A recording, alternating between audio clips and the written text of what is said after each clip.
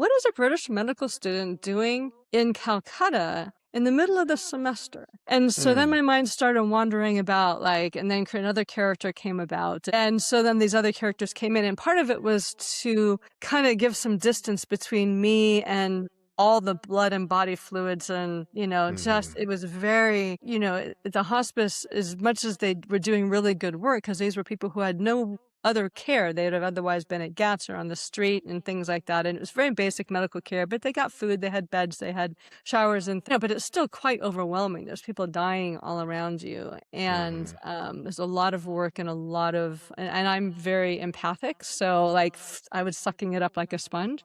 And so for me to create some distance, I started creating this story in my mind about, like, what if. So I had these characters and began to work on this idea of the people, these volunteers who come to a hospice for the home for the dying in not Calcutta, because it was so big. We also visited the home for the dying in Varanasi, and a much smaller. Varanasi is a more contained city, and so mm, I put my volunteers there, and the visual kind of matched a little bit more of the Varanasi hospice. But that's how that book came about, and I've got my second novel that I started in my off time when I was in the Peace Corps and I was in Papua New Guinea.